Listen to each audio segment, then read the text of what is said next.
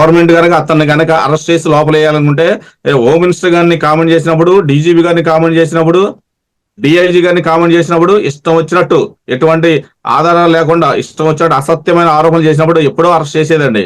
కానీ ఈ ఇష్యూ మాత్రం అసలు గవర్నమెంట్ కానీ కూటమి ప్రభుత్వం ఎటువంటి సంబంధం లేదండి. ఖచ్చితంగా ఆ కర్రా జయమ్ గారు ఆమెకు నష్టం జరిగింది, అన్యాయం జరిగింది, జాడా శ్రవణ్ కుమార్ చేతిలో మోసపోయింది కాబట్టి ఆమె న్యాయ పోరాటం చేస్తుందండి.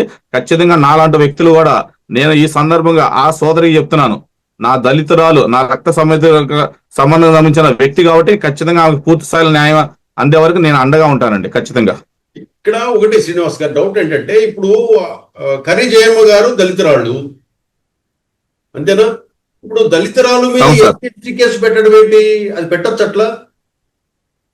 వాడు టాలెంట్ జాడా శ్రవణ్ కుమార్ దగ్గర చాలా చట్ట వ్యతిరేకమైన సంబంధించిన టాలెంట్ చాలా ఉందండి.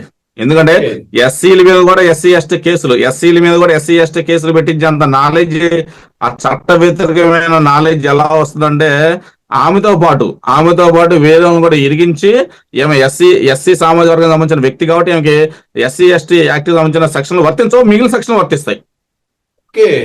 ఆ విధంగా కంప్లైంట్ తయారు చేస్తాడు. ఏదో అరెస్ట్ లో రిమాండ్లు ఒక దొంగ కంప్లైంట్ రిజిస్టర్ చేసి ఏదో ఒక ఆర్డర్ తీసుకొచ్చేసి వాళ్ళ మీద ఎఫ్ఐఆర్ చేపిస్తాడు, రిమాండ్కి వెళ్ళి సెక్షన్ పెట్టిస్తాడు. ఏమో కర్రా జయమ్మ గారు దళితురాలు కాబట్టి she belongs to SC community కాబట్టి ఎస్సీ ఎస్టీ ప్రొవిజన్స్ కి మాత్రం నాట్ అట్రాక్టెడ్. అదర్ సెక్షన్స్ ఉంటాయి కదా, అవి అట్రాక్ట్ అయ్యే విధంగా అతను బిల్డప్ చేస్తూ ఉంటాడు. కాస్త లీగల్ నాలెడ్జ్ ఉంది కదండి, ఆ లీగల్ నాలెడ్జ్ ని చట్ట వ్యతిరేకంగా వాడుకుంటూ అలా భయభ్రాంతులు గురి చేస్తాడు. అమాయకులు జాడా శ్రవణ్ కుమార్ అంత పెద్ద మోసగారితో కంపేర్ చేస్తే కర్రా జయమ్మ గారు ఎంత అంటే చిన్న జీవితం, చిన్న సామాన్యురాలు, చిన్న దళితురాలు. ఏముందండి ఆమెకి ఏం నాలెడ్జ్ ఉంటుందని పాపం. ఇతని దగ్గర ఉన్న నాలెడ్జ్ మొత్తం ఇలా చట్ట వ్యతిరేక పనులు చేయడానికి ఉపయోగిస్తూ ఉంటాడండి. ఓకే, ఇప్పుడు శ్రీనివాస్ గారు, ఈ జడశ్రావణ మీద వచ్చే ఫిర్యాదుల మీద కూటమి ప్రభుత్వం యాక్షన్ తీసుకుంటుందని మీరు భావిస్తున్నారా? ఖచ్చితంగా ఏ ప్రభుత్వం సార్ తీసుకోవాల్సిందే సార్.